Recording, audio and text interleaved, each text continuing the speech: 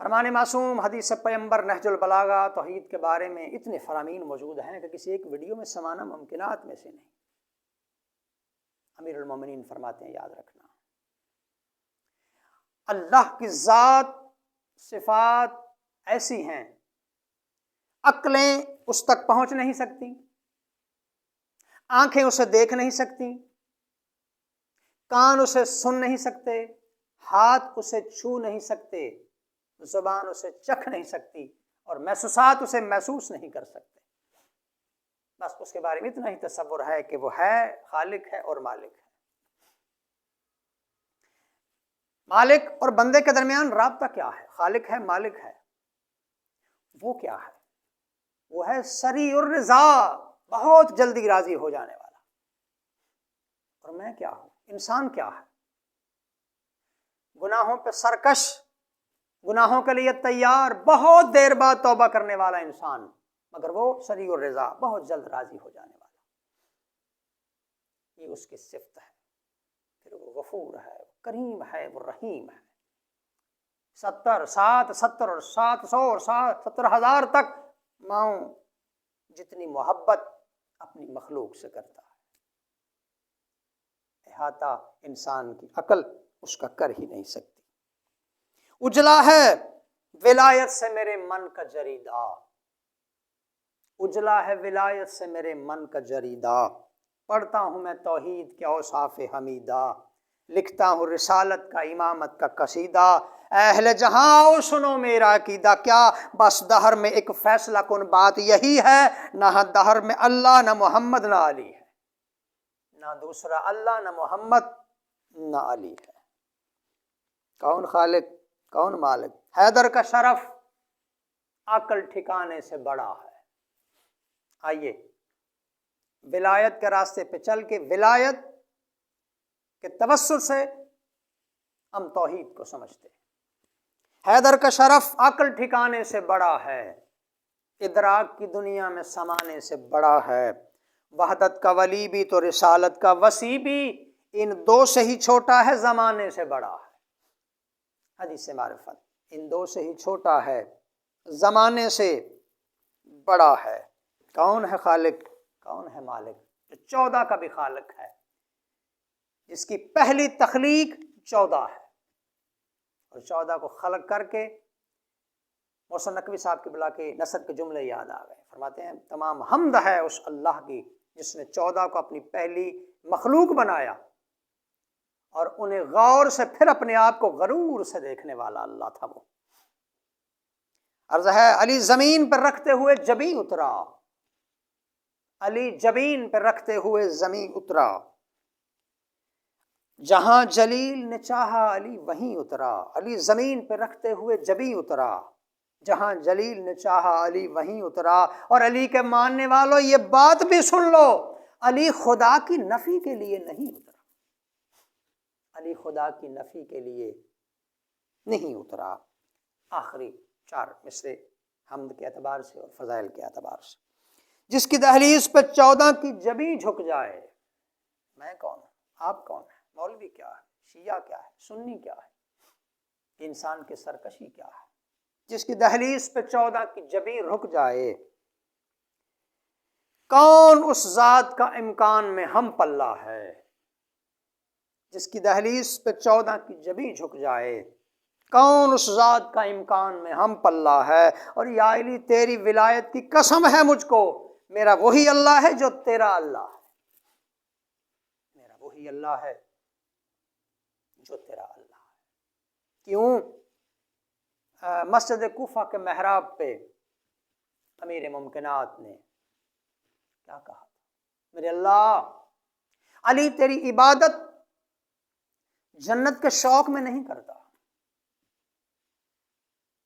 اور علی تیری عبادت جہنم کے خوف سے بھی نہیں کرتا، علی اس لیے تیری عبادت کرتا ہے کہ تو لائق عبادت ہے۔ جس خالق کی بارگاہ میں علی جیسے سلطان کی، پیمبر اکرم بانی شریعت، 1,00,000 نبیوں کے سلطان کی جبیں جھک جائے، اس کی بارگاہ میں میری، آپ کی اور بندوں کی، انسان کی کیا حیثیت ہے؟ اب آپ دوسرے سلسلے کی طرف بڑھتے ہیں۔ آج کی اس پہلی گفتگو میں، آج کی اس پہلی مجلس میں، اس اللہ نے اپنی پہچان کے لیے آل محمد کے قبیلے کو بنا. وہ حدیث مبارکہ جو آپ سنتے ہیں، حدیث قدسی جسے کہتے ہیں کہ میں ایک چھپا ہوا خزانہ تھا.